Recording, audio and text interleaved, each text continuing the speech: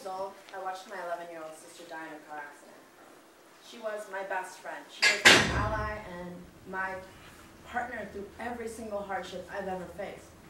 My dad was in and out of jail all the time, and my mom worked so much and so late, I only ever saw her weekends. I was an 8-year-old parent to my 2 brothers and my sister. I was the person who chased away the bad dreams, the person who helped with homework.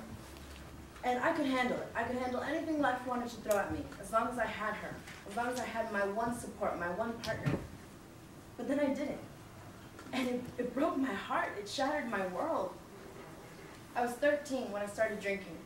I was 14 when I realized I was an alcoholic. I started hanging out with a tough crowd, and soon identified myself as a sureña, a gangster. My family was dirt poor. There was months where we couldn't pay the bills, and we'd spend months without running water or electricity. There was times where we survived off the dollar menu at McDonald's.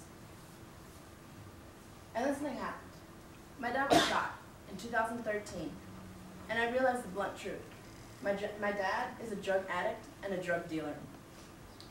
I had spent so much of my life bitter and angry, drinking away my pain and getting into fights with other gangsters because I had to live with the stress of being a parental figure to 2 little boys at home every single day. And when I realized that the reason he couldn't step up, the reason he was never around, was because he chose drugs over us, he chose drugs over me, it freaked me out. I didn't want to be that person. And I realized I am my father's daughter, but I am not my father. And it seemed like every force in the world had a score to settle with me. And I couldn't handle it, and everything was just against me. The world was against me, right? We've all felt that.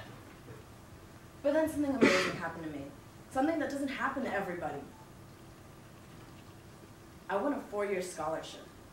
I'm going to college this fall as a first-generation college student. I'm 2.5 years sober. I left the gang life. And you know what? To put it bluntly, I finally got my shit together.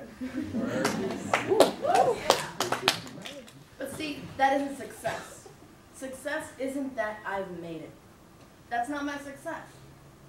Success isn't self-accomplishment. Success is helping other people.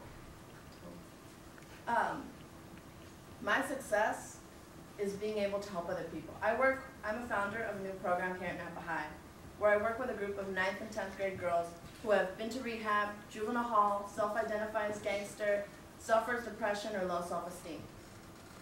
These girls, they're my success. My success is being able to help them.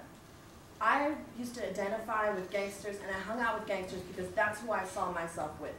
And when I look at these girls, I see myself. I see 13-year-old me, and I want something more for them. I want something different. I want something more and different for myself. One of my girls recently told me, I told her I was proud of her because she finally got her grades up. And she told me, no one's ever told me they were proud of me. And she said, when you told me you were proud of me, I finally believed it myself. I'm proud of myself. And to me, that's my success. My success is being able to stand up here and tell you, I've made it through my sister's death. I've made it through my drug addiction. I've made it through my gang affiliation. And I've made it through all of this and been able to use my pain and my suffering to help that little girl believe in herself and to push past her adversities. And that's my success. That's what success really is. Success is helping everybody else.